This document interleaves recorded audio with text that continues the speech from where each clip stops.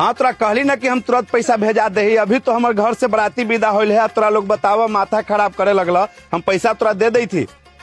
हाँ ठीक है हम तोरा पैसा भेजा दी थी बेटा दिया। ठीक है। अरे भैया तोरा लोग यहाँ खड़ा है, बराती हमर खा लेलक है, तोरो लोग चला खा ला। इतनी बेरा भी तोरा लोग लगे हम खाना बनवा दिली है। इतनी घड़ी लगा तू परेशान होल हो। अरे हमनी तो ऐसू आयल ही घूमे टहले कि भाई बराती विदा हुई थे। ओकर बाद चलो मने है तो चलो हम खा ले बोल चलो हो। चलो भैया चलो।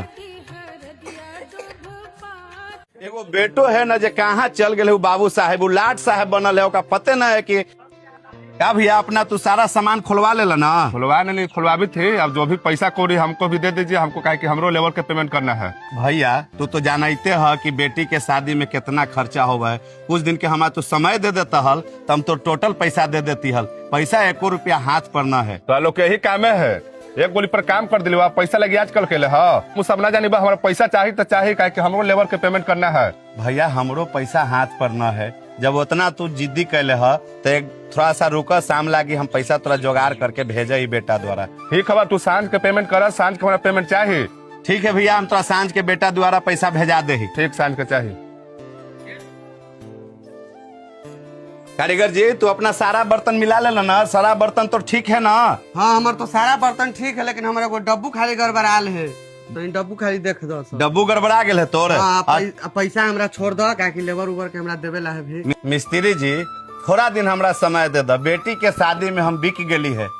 लड़का वाला पाए पाए तिलक जोड़ के ले लेलक है, 1 रुपया न छोड़लक मिस्त्री जी। जहाँ तक कि किराना वाला सामान भी हम उधार ही ले ली है किराना दुकान से। मिस्त्री जी थोड़ा दिन के हमरा तू समय दे दो, तोर पैसा हम पाए पाए जोड़ के दे देम। ना जी हमरा आई पैसा चाह, पैसा बिना ले लेना जब तो हेड में कर पैसा उसा न दे, काम हमने पूरा करी तो पैसा चाहिए ना। हमारा लेबर चढ़ल दे पर पैसा हमरा दो जाई, हमरा आवश्यकता देखेला ना है। मिस्त्री जी वैसन हम आदमी नहीं हिला कि तोर पैसा हम लटका लेम। हम पैसा तोर दे देम, ये बात ना है। का होल बड़का भैया? अरे का बात रहत भाई, देखी तो तू जानते हैं कि बेटी के शादी में कितना खर्चा होल है से। आई लोग हथ माथा पर चढ़ल के हमरा पैसा दे दो पैसा दे दो। बोल कहाँ से हम पैसा दूं? 1 रुपया हाथ पर अब ना है पैसा। काम न होना है कि तोरा लोग की आदत हो कि देह पर चढ़ जाना है पैसा ला। तोर कितना पैसा होल बा? 4000 रुपया बाकी है तो देव ना हमरो। लो 4000 रुपया में रात ना लो ला वही ना बात। सब बर्तन धो के अपने से लेके चल जा, समझ गेलो? लेबर के देवे ला तो ना हम बियाले हरी बतरो। चलो बड़का भैया कोई के पेमेंट उमेंट कर ला हबो ना भाई, और तो पेमेंट देवेला है एगो अथी के हो जनरेटर वाला के। लेकिन भाई तू इतना पैसा तू देत है, बताओ हम कहाँ से देम इतना पैसा हो। और छोड़ा नंबर दे, इतना पैसा देती उतना पैसा देती। पहले इज्जत पार होवे दो, ओकर बाद दोनों भाई बैठ के बात